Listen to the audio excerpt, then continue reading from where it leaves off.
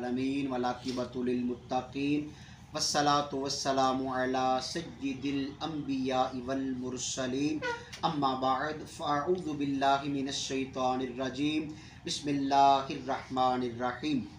अल्हम्दुलिल्लाह, अल्लाह ताला के फ़ज़्ल व एहसान से आज की इस बाबरकत महफ़िल पाक के अंदर हम हाज़िर हैं और बैठने का मकसद ये है कि नबी करीम अलैहिस्सलाम का ज़िक्र खैर किया जाए और बहसीयत एक उम्मती होने के हमारा ये ज़हन होना चाहिए कि हमारी ज़बान के ऊपर नबी अलैहिस्सलाम के दीन की गुफ्तगू आए, हमारी ज़बान के ऊपर कलिमा शरीफ दरूद पाक आका करीम अलैहिस्सलाम का ज़िक्र हो।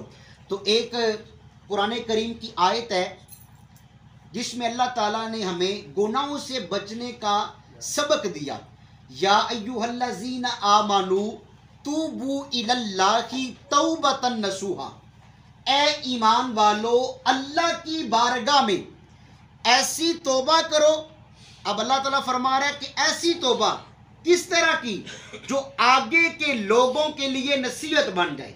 अब मुफस्सिरीन कराम ने इस आयत की वजाहत के अंदर इस बात को लिखा कि बंदा पूरा दिन गुनाह करता है, पूरी रात गलत कारियां करता है, एक दिन दिल पे चोट लगती है और सोचता है यार कितनी मेरी उम्र हो चुकी है नाफरमानियां करते, अब मैं अपने मालिक के करीम से दोस्ती कर लूं, अब मैं अल्लाह ताला की जात से सुलह करूं।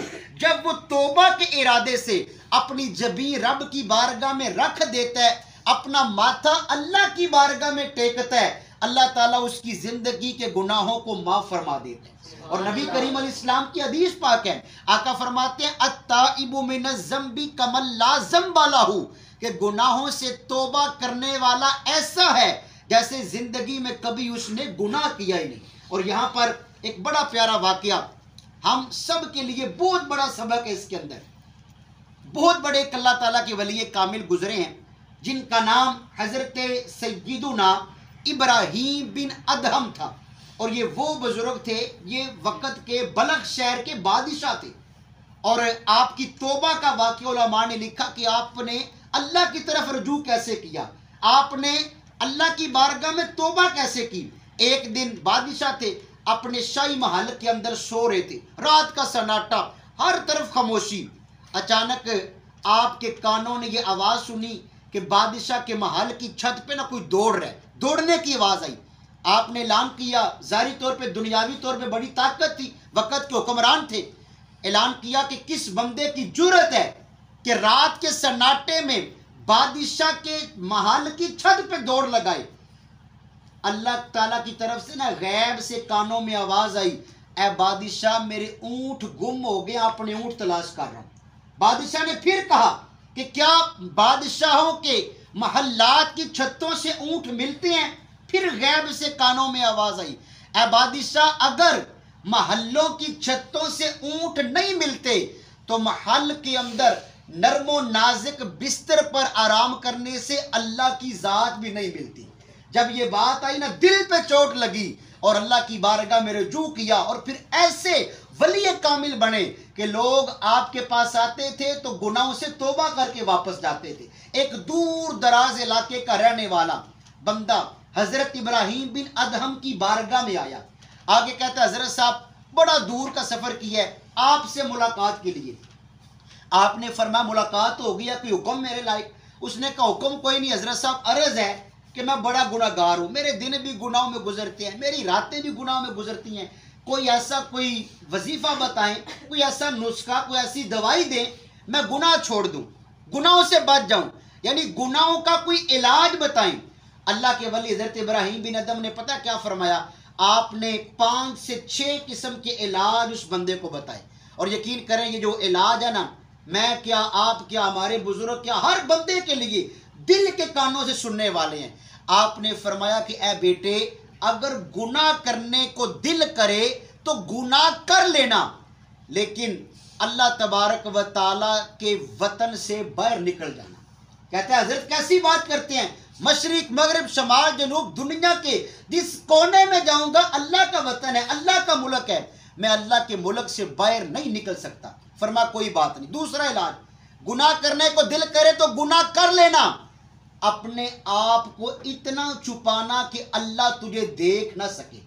फिर वो बड़ा हैरान हुआ, कहता है हजरत साहब कैसी बातें करते हैं, इन्नहु अलीमुम बिज़ाति सुदूर, वो मालिक तो दिलों के सीनों के राजों से बाखबर है। इन्नल्लाह अला कुल्ली शैइन कदीर, वो मालिक करीम तो हर शय पे कादर है। हजरत साहब अल्लाह ताला तो हर वक्त मुझे देख रहा है, ये काम मुझसे नहीं होता। फरमाया ठीक है, गुनाह करने को दिल करे गुनाह कर लेना, अल्लाह ताला का दिया हुआ रिज़्क खाना छोड़ देना।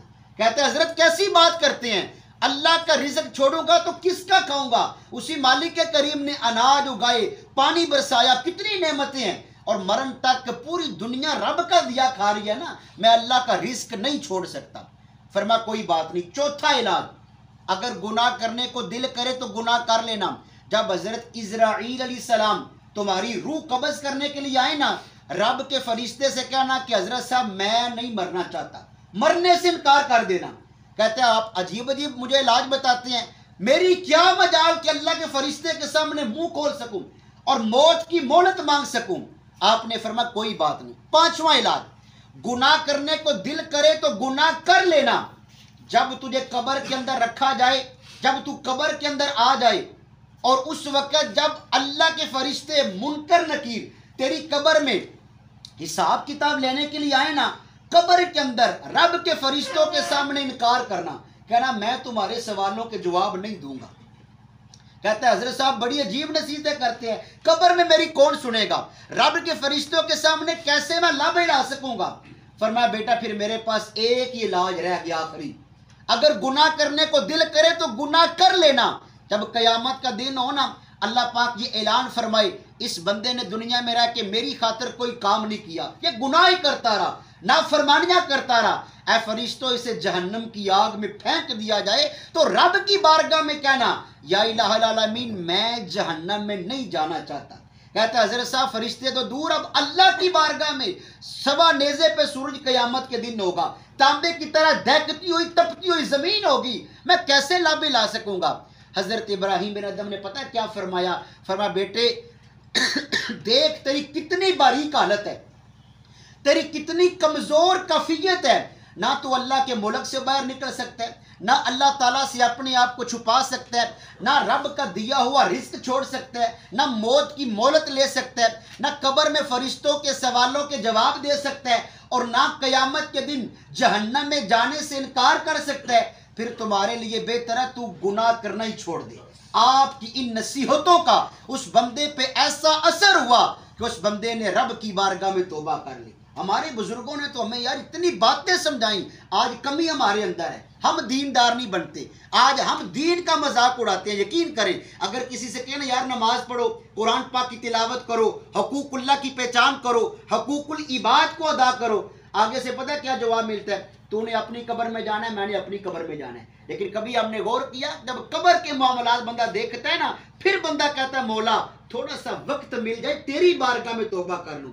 एक बुजुर्ग फरमाते हैं कि मुझे तौबा का जो वक्त मिला ना, तौबा मुझे नसीब हुई। फरमाते हैं कि मैंने एक बर्फ बेचने वाले से ना अपने लिए ना गुनाहों से बचने का सबक हासिल किया। एक बर्फ बेचने वाला, अब हमारे अड्डे के ऊपर 2-3 बर्फ वाले होंगे, लेकिन हम गए बस बर्फ ली, मिसाल के तौर पे छापर में डाली, घर आ गए। वो फरमाते हैं कि एक बंदा था, उसने फट्टे के ऊपर बर्फ का पूरा ब्लॉक रखा था, कोई गाहक ना आया, कोई खरीदार ना आया। अब जारी बात है, हमें पता है अगर 2-4 घंटे रहेगी तो वो पानी बन के बर्फ का वजूद खत्म हो जाएगा, पिघल जाएगी।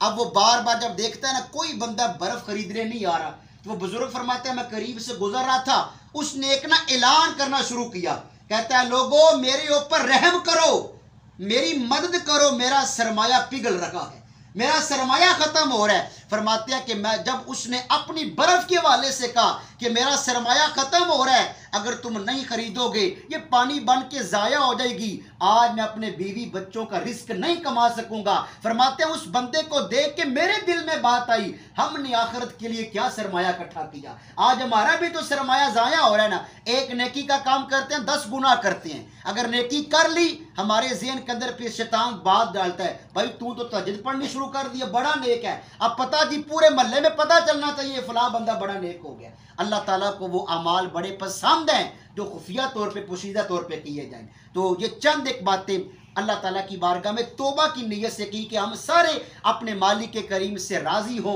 आज देखें ना, पूरी दुनिया के अंदर मुसलमान जवाल का शिकार है। क्या वजह है? हमने अपने इस्लाफ के तर्ज अमल को छोड़ दिया। हमारे बुजुर्गान दीन ने जिस अंदाज से हमें जिंदगी गुजारने का सबक दिया उसको आज भूल चुके हैं। और उसकी नहूसत ये है, हर बंदा कहता है मेरे घर के अंदर झगड़े हैं, हर बंदा कहता है मेरे घर के अंदर बेसुकूनी है। कोई कहेगा 1 लाख 2 लाख तनख्वाह है, मगर पता नहीं चलता जब 20-22 तारीख आती है तनख्वाह खत्म हो जाती है, पूरी नहीं पड़ती। भाई पूरी कैसे पड़ेगी जब हमारे घरों के अंदर सारे घर वाले, मेरी बीवी, मेरे वालिदैन, मेरे बच्चे जब फजर की नमाज पढ़ेंगे और उसके बाद जब घर में 7-8 कुरान पाक खोल के तिलावत होगी ना, खुद ब खुद अल्लाह बरकत नाज़िल फरमाएगा। आज कमी हमारे अंदर है। अल्लाह ताला हमें नबी अलैहिस्सलाम के दीन का खादिम बनाए। और अल्लाह ताला जो चंद एक बातें तौबा की नीयत से अर्ज़ की, अल्लाह हमें भी अपने मालिक करीम की बारगाह में ताइब होने की तौफीक अता फरमाए। अभी 2 शेर सलातो सलाम कर उसके बाद दुआ करते हैं।